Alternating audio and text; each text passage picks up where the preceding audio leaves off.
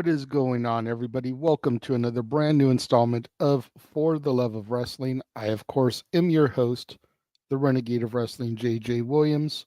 Happy Friday. Good to see everybody showing up, coming into the chat room. We got a couple of things to talk about today. Of course, you guys probably realized there was no show yesterday, so I was unable to do my Dynamite review. So I will be doing that in addition to doing my review for TNA Impact from last night. Let's go ahead and jump right into things. Let's get AEW Dynamite out of the way. Show started with the BCC combo of Moxley and Claudio Castagnoli versus FTR. This was a banger of a match that ended in a time limit draw. This was the second time limit draw in 2 weeks, which I feel was kind of lazy, sloppy booking. I'm not a fan of having the same finish or the same type of match so close together. We talked last week about having the Texas Death Match just 3 months after having a previous Texas Death Match. And now here we are 2 weeks removed from a time limit draw between Hangman Adam Page and Swerve Strickland, and we have a time limit draw between the BCC and FTR. I'm sure this will probably end up turning into a match for Revolution, and that's all well and fine, but we need to be a little bit more on top of things as far as having a time limit draw. I would have preferred a double disqualification as opposed to a time limit draw. We then went backstage with Renee Paquette, and she's standing by with Orange Cassidy. We find out via the trainer that Orange Cassidy is cleared to compete, but barely cleared. This leads us into a match we're going to have later on. So he's cleared to face Mike Bennett. But before that, FTR issue a challenge to the BCC for Revolution. Like I alluded to, we have not had an acceptance as of yet, but BCC traditionally doesn't back down from a fight. So I would not be surprised to see that match made official on Rampage or Collision, at the very least on Dynamite next week. We then go into that Orange Cassidy match, and it's Orange Cassidy versus Mike Bennett. He faced Matt Taven last week. This was your typical Orange Cassidy match. Very fun to watch. Good back and forth action.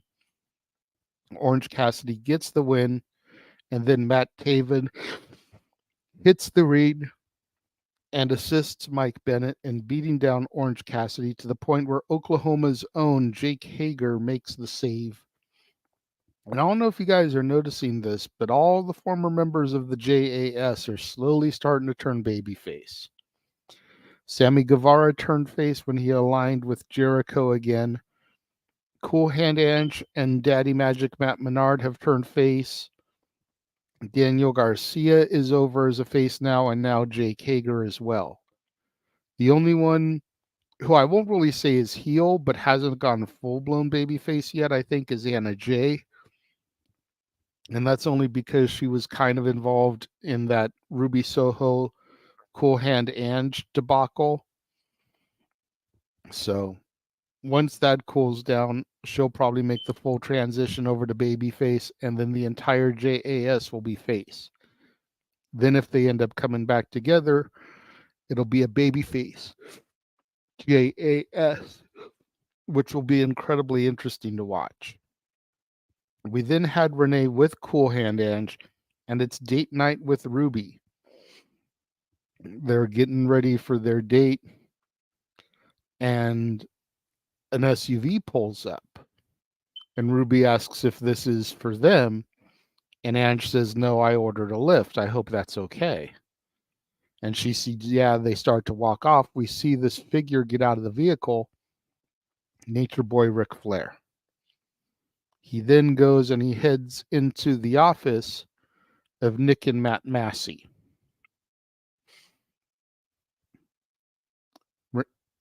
And he goes in that office after Renee gets some words for him. I forgot that I had that here.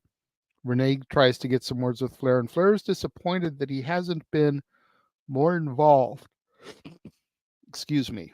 He hasn't been more involved in the scene story. He was supposed to be here to be with his friend on this ride, and he's barely been around. So he knocks on the Massey's locker room door and enters to have a discussion. We don't know what happens. We don't see them the rest of the night. And thank God, because I know you guys don't want me going on to another diatribe about the Massey brothers. We then had Daniel Garcia come out to the ring and start cutting a promo. And this was a damn good, passionate promo from Garcia. This is one of the best promos I've ever seen him cut. But as he starts to make his case about the TNT Championship, here comes Captain Charisma himself, Father of the Year, Christian Cage. Patriarchy in tow, and Christian Cage proceeds to do Christian Cage things, and it was so beautiful. I love Daniel Garcia, but this is arguably the greatest version of Christian Cage that there has ever been. He even gets into the fact that Garcia's father is dead.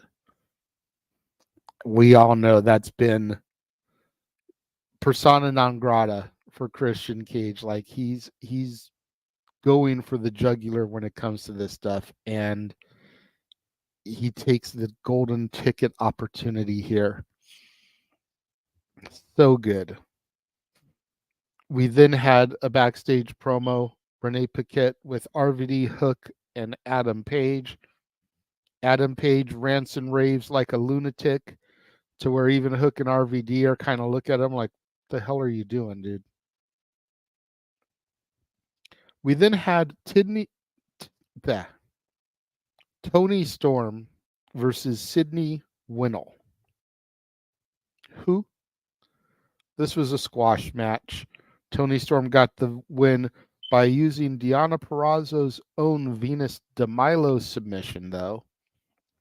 That was of note.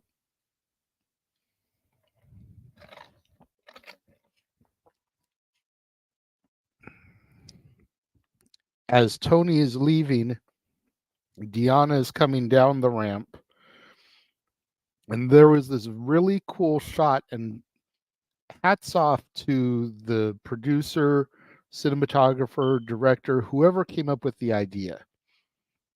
But as they're standing on the ramp, Tony's side of the entryway is in black and white, and Deonna's is in color. As they're facing off and making the transition. Beautifully executed. Take it from a guy who used to review movies. That was a little thing, but it definitely caught my eye and made me applaud. This leads us into Deonna Purrazzo versus Madison Rayne. This was a phenomenal women's match here. The Virtuosa got the victory by using Tony Storm's ankle lock, which she calls break a leg. Long may the Virtuosa reign. I have to admit that out of the matches coming up at Revolution, this is one of the ones I am most looking forward to, because I have been all about timeless Tony Storm since this transition has taken place. I've been one of the very few in the multiverse of media that has been championing her from day one. But I also like Deonna Purrazzo. I also feel like Deonna Purrazzo deserves this. So I'm very much torn. I still haven't made my decision on who I'm going to pick. Once we get to predictions, which I'm sure will be next week at some point, be on the lookout for that. But this was a tremendous match between two former Knockouts champions, Madison Rayne and Deonna Purrazzo, the Virtuosa. We then had Steen and Darby Allin cutting a promo, directed, of course, towards the Massey brothers. Steen showing images of his family, his sons when they were younger, Of course, the Massey brothers attacked the Sons when Steen and Darby won the tag titles a couple weeks ago. Very heartfelt promo here from the Stinger. And again, we're only about a week or so away from Showtime for the last time. We then had a Wardlow promo. And okay, Wardlow comes to the ring, basically cuts this passionate, venomous promo about how he keeps getting looked over, how he's beaten the most recent champions, Joe, MJF, and Punk. Doesn't say any of them by name, but it alludes to all three of them in different ways. And while I agree with the sentiment of what Wardlow is saying here, and I do like the passion in which he delivered it, he comes off like a crybaby to me. He came off to me like a child who had his favorite toy taken away. This is supposed to be big, bad Wardlow. And he's in the ring whining about why he hasn't gotten opportunities. I expect so much more from Wardlow. We then go backstage and we get a Bang Bang Scissor Game promo. Really, really cool stuff here. Talking about how they're the Collision Cowboys because they kind of run and dominate over there on the Saturday show. And apparently there's going to be a trios match on this week's Collision. And it's going to be, I think, Austin Gunn, Billy Gunn, and Jay White.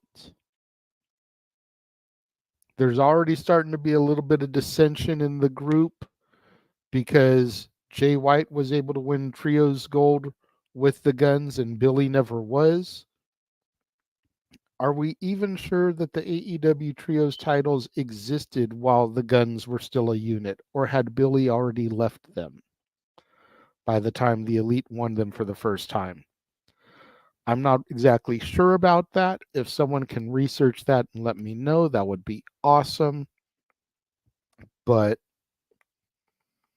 already a little bit of tension in the Bang Bang Scissor Game.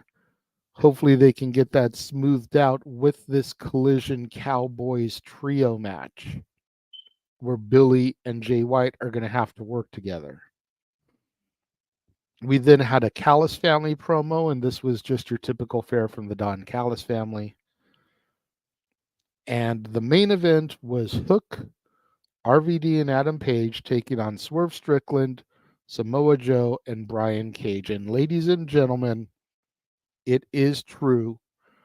Brian Cage has a W. He didn't get the pinfall. Samoa Joe scored the pinfall. But Brian Cage was on the winning team. Big ups to the machine, Brian Cage. Personally, I would have liked to have seen Swerve get the pin, but it's kind of irrelevant at this point. All in all, Dynamite was a decent show, not a great show. I'd give it probably a 7 out of 10. The Tony Storm squash match really kind of brought it down for me. Not sure about you guys. What did you think? Let me know in the comments. We're going to take a quick commercial, show you where you can find and follow all the people associated with the Jeff Meacham Network Multiverse of Media, whether it's Facebook, Twitter, Instagram, Threads, TikTok, YouTube, you name it. We have a presence there. Check this out, and then we will come back and discuss yesterday's TNA Impact.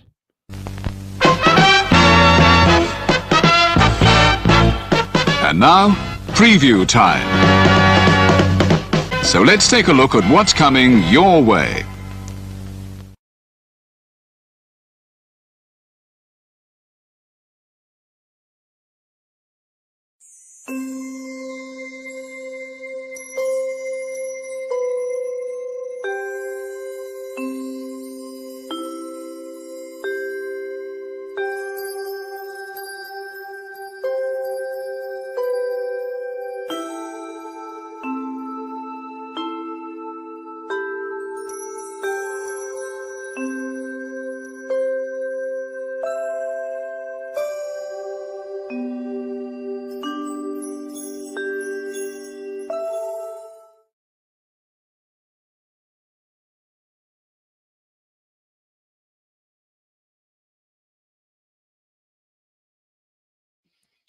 We are back, so make sure that you go and you follow everybody affiliated with the Multiversa Media, especially Datilla over at Rangers of Wrestling.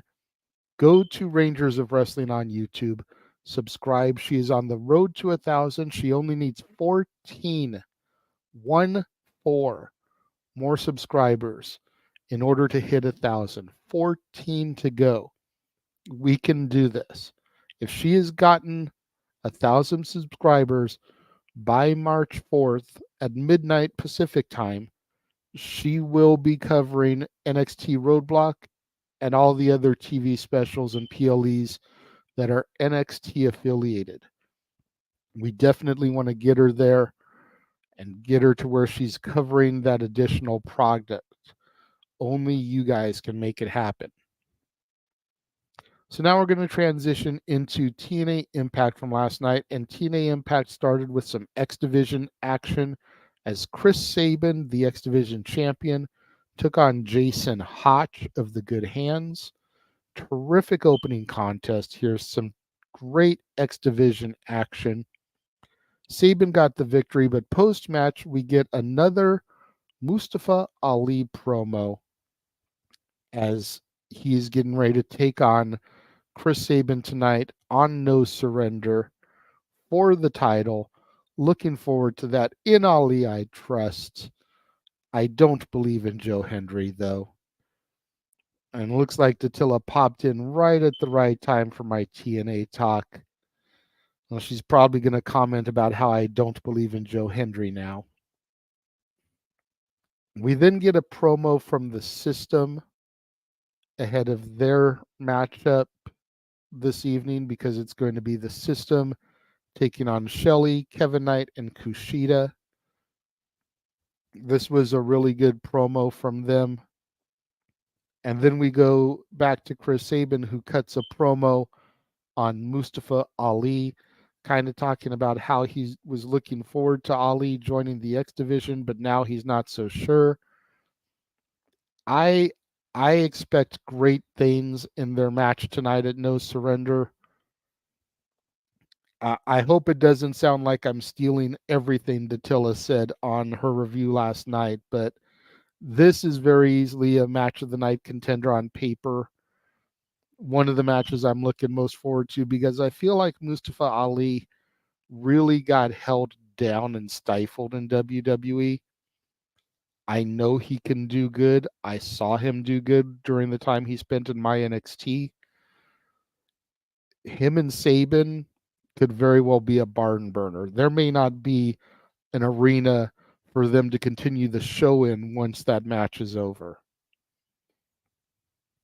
We then had Simon Gotch versus Jack Price, and Josh Alexander came out prior to the match to join on commentary. There was a no touch clause here, meaning that neither Gotch or Alexander could touch prior to their match tonight at No Surrender.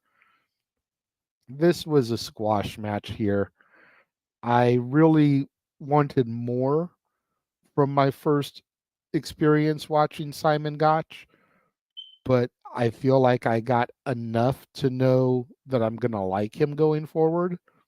I am looking forward to his match against Alexander, and you're going to have to tune in to Simply Predicting later to see who I think is going to win.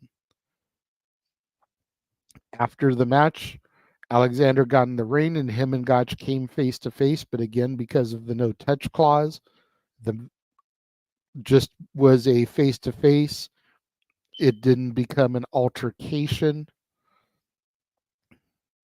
And then we had the Grizzled Young Vets cut a promo, and this is the other match that I'm thinking is going to completely steal the show here tonight. The Grizzled Young Vets, of course, they were a member of the Schism Tree in my NXT. They were called the Dyad. They were definitely watered down from what I've seen of them in TNA, but I enjoyed them as a unit in my NXT, and I'm enjoying them even more so far in TNA. I hope that the Grizzled Young Vets just decimate ABC here tonight. But again, I haven't officially made my pick yet. You'll have to tune in to Simply Predicting to see who I end up going with. We then had Trent Seven versus Steve Macklin, which was a decent match, but I feel like it was really overbooked because of the outside interference from the Rascals, Speedball Mike Bailey. Again, it ended up setting up and working towards a match that's going to be on the countdown to No Surrender. So it worked because we're now going to have the Rascals versus Speedball Mountain. But I just felt like there was way too many ingredients in this pot for the match here. The KIA from Macklin got the victory. All in all, it was fun. It was decent. I enjoy the hell out of Speedball Mike Bailey. I'm really starting to like Trent Seven. The Rascals, I can take or leave, but yeah. We then had an interview from Giselle Shaw and Gail Kim, and Gail Kim kind of, telling Giselle Shaw that she was able to do things on her own and she needs to stay humble and have humility and victory. And Giselle Shaw don't want to hear any of it from Gail Kim. I wish we could get Gail Kim back into the ring to fight Giselle Shaw. Maybe that's where this is going to end up leading. But this one I will spoil. I definitely don't think Giselle Shaw is going to beat the Juggernaut Jordan Grace. Sorry, not sorry. We then had a promo. Speedball Mountain cut a promo on the Rascals, adding more fuel to the countdown match that I told you about that'll be happening tonight. And then we had Eric Young come out to the ring, and it's supposed to be a face-to-face with Kaz and Frankie Kazarian, and Eric Young looks like he's ready for a fight. But Kazarian says that he will pick when they fight. And instead, he brings up a ghost from EY's past and sends out Big Damo. And this was a hard-fought, hard-hitting match. The world-class Maniac got the win over his former stablemate, Big Damo here. I also thought this was going to be a squash match to Tilla, but I'm glad that it wasn't. I am not a big fan of squash matches. So I'm very, very happy that this was not a squash match. We then had Tasha Steelz cutting a promo on Zaya Brookside. I honestly wasn't feeling that, if I'm being 100% honest. I really like Zaya Brookside. Tasha Steelz, I can kind of take or leave. We're going to just have to see how this storyline develops. If it turns into a full-blown rivalry or just a couple of like single matches and they're done. But right now, they're not giving me anything to really care about as far as these two ladies go. We then had Danny Luna, and Jody Threat cut a promo, and they basically issue a challenge to whoever wins at No Surrender. I really like these two. I prefer Danny Luna more than I like Jody Threat, if I'm being 100%. But I think the two ladies work well together, and I'm curious to see how they grow and progress as a team. We then had Dimeless Dana Brooke, Ash by Elegance, coming to the ring for her debut match wearing an outfit that it looks like she bought at a Timeless Tony Storm estate sale. She takes on Savannah Thorne. This is a squash match. And I was just like, whatever. She uses a move that she calls the rarefied air to get the victory, which is essentially a swanton bomb. And then her concierge announces that Ash by Elegance has left the building. I'm already over Ash, and I've only seen 2 promo videos and 1 match. I thought it was hokey. I thought it was lame. And I thought it was too much of a copy of Timeless Tony. We then had our main event match of the System taking on Alex Shelley, Kushida, and Kevin Knight. And this was a knockdown, drag-out brawl of a match. Lots of great action. Moose was able to get the pinfall here, but Shelley and Cruz seemed to get the upper hand post-match. All in all, it was a real fun match. I'd have to give, to steal Datilla's phrase here, from a 1 to a Sean Spears perfect 10, I'd probably give Impact an 8. I definitely enjoyed it more than I did Dynamite this week. But will I continue watching it and reviewing it after No Surrender tonight? You're going to have to tune in to Open Mic Night tomorrow and find out. Because that is where I will be giving my thoughts and my decision.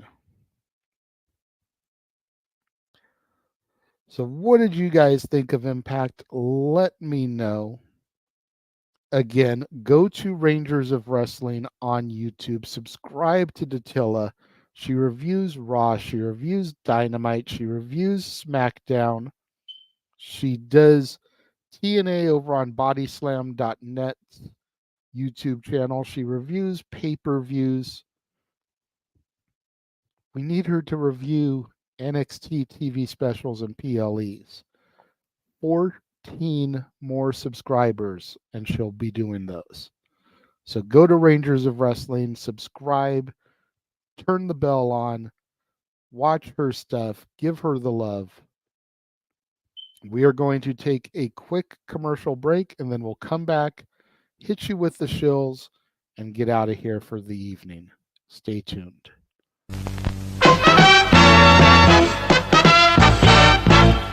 And now, preview time. So let's take a look at what's coming your way.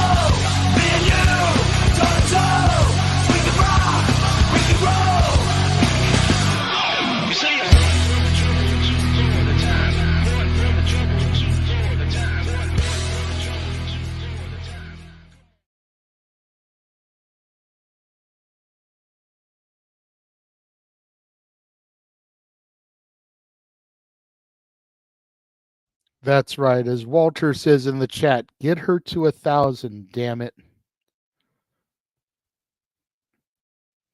So, hitting you with the shows really quickly here. If you did not see it earlier in the week, go back to the archives either on the Casa D18 Studios channel or on the Simple Man's brand and check out our predictions of the Elimination Chamber, which will be tomorrow. Today, 2 o'clock Pacific, 5 o'clock Eastern, we will be doing Simply Predicting of TNA No Surrender, both on the Simple Man's brand and here on the Casa D18 Studios. I will be on there to give my thoughts, as will Noah Foster, as will Chris Rotz. I believe Jeff Meacham is going to try to be there as well. I don't know if Datilla will be able to be there, if she'll be busy at work, but it should be a good panel as we try to predict tonight's No Surrender show. Coverage begins at 4 o'clock Pacific, 7 o'clock Eastern across the multiverse of media for TNA No Surrender. Noah Foster and Datilla will be on the call for that. I will be on the call until Datilla gets home. I believe she usually gets home around 5:30 Pacific, 8:30 Eastern. So somewhere around there, she'll be getting the hot tag and coming in to take over on commentary. Tomorrow, we are not going live at the ungodly hour of 2 in the morning, 5 in the morning Eastern. No.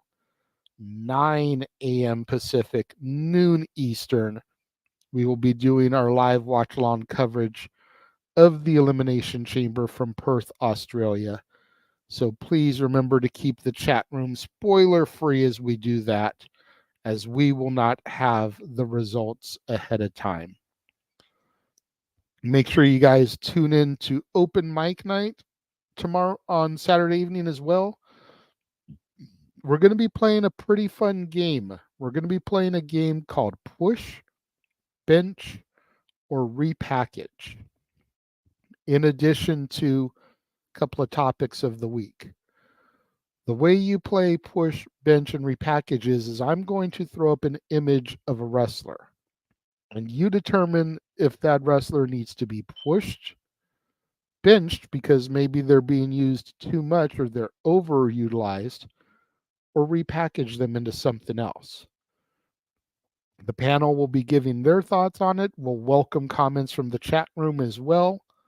Of course, as always, as the ticker says, we will verbally address the comments that come in with super chats. Otherwise, we will just put them up on the screen for display. That is going to just about cover everything for today.